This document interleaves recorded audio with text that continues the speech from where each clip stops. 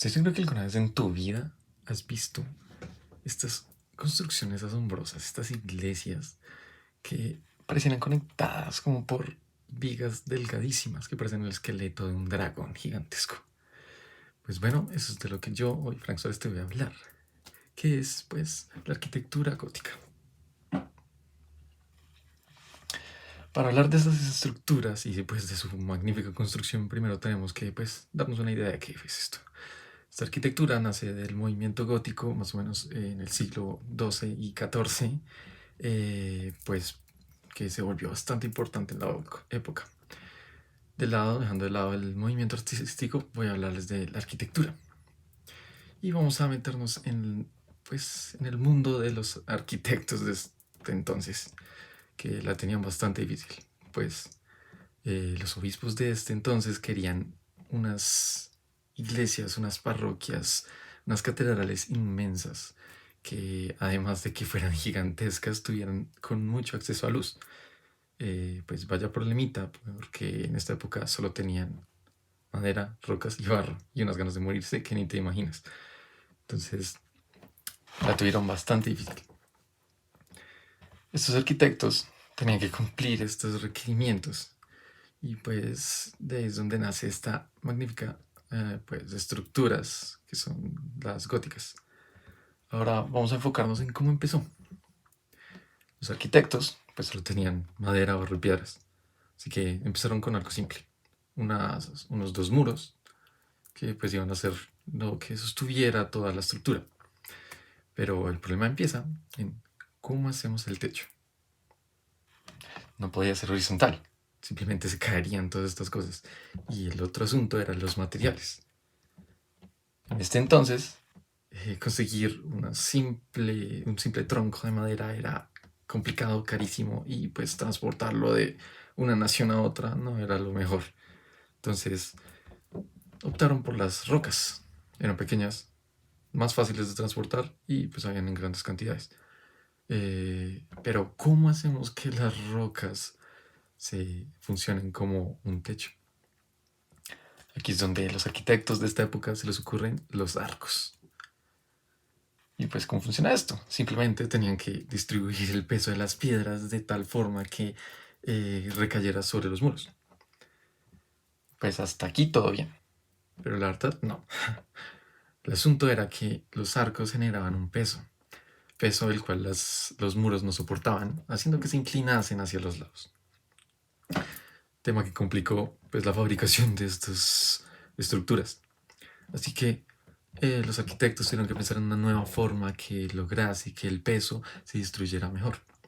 Así nace el arco empuntado, que es técnicamente el arco, solo que con una dirección más vertical, distribuyendo un poco mejor el peso. Funcionó, pero no tan bien. Al fin y al cabo, era prácticamente lo mismo. El peso se distribuía menos, pero seguía haciendo que los dos muros se inclinaran hacia los lados. Así que los arquitectos pensaron, hey, si ya lo hicimos en un lado, ¿por qué no hacerlo en el otro? Así nace, pues, las bóvedas, las cuales, pues, se caracterizan por ser varios arcos empuntados en diferentes direcciones, lo cual fue magnífico porque permitió distribuir el peso no en dos muros gigantescos, sino en 4 puntos específicos. Y pues que esto permitió que los muros fueran más delgados y que la luz ingresara. Y así no tenían que, pues, depender de muchos materiales y hacer que todo fuera más sencillo a la hora de construir. Esto funcionó por un tiempo, pero el peso se seguía distribuyendo hacia los lados. Entonces tenían el mismo problema con el que empezaron, la distribución del peso. Así nacieron pues las vigas, que son estos como pesos que se les colocaron a los bordes para que de esta forma se pudiera pues realizar, se pudieran implementar estas bóvedas y no se cayeran. Esto funcionó por un tiempo, pero a estos hermosos padres obispos les pidieron a los pobres arquitectos de la época que estas estructuras no fueran simplemente de una sola casa, sino que hubieran más de estas casetas pues a los lados, a la izquierda y derecha de esto.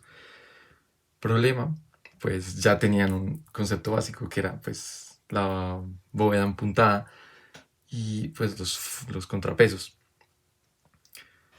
Al añadir más casetas, lo que hacían era que los contrapesos generaban unas sombras horribles, cosa que no querían, pues era necesario que hubiera luz en estas catedrales. Entonces, estos arquitectos tuvieron que replantearse otra idea. Así es como nacieron los arbotantes, que es donde entramos al tema de los esqueletos y estas vigas súper delgadas que podemos ver en las catedrales importantes de Europa, que uno pues le hacen pensar a uno que son como el esqueleto de un dragón gigante. Estos arbotantes consisten en las mismas vigas, solo que recortadas. De esta forma se redució el material y pues lo que hacían era distribuir el peso de toda la estructura en diferentes secciones. Entonces, por ejemplo, teníamos la gran caseta que generaba su peso. Se colocaba el arbotante que se juntaba con las otras dos casetas. Ese peso de la grande pasaba a los otros dos más pequeños y asimismo con las otras que le seguían a las medianas. Esto permitió que se pudieran hacer no solo arbitrales gigantes, sino que muros más delgados y que la luz entrase pues, magníficamente, que era la idea. Ya se logró el objetivo y así nació la arquitectura gótica, que pues como ejemplo podemos tener a Notre Dame, que es esa catedral fantástica que trágicamente pues por un incendio se derrumbó. Y pues para entrar en énfasis en el tema de la arquitectura, la razón por la cual la que Notre Dame no se cayó por completo fue por estos arbotantes. Pues lo que hicieron fue, pues en contexto, se quemó Notre Dame y todo el techo central se desplomó. Pero ¿por qué el resto no? Pues sencillamente porque lo importante de esa estructura no era el centro ni pues la bóveda central, sino los arbotantes. Y al solo haberse caído esta parte central y al quedar los arbotantes intactos, pues no hubo daño colateral. Otro caso sería que se hubiesen colapsado los arbotantes, que implicaría pues la caída total de esa estructura. Y eso sería todo. Muchas gracias.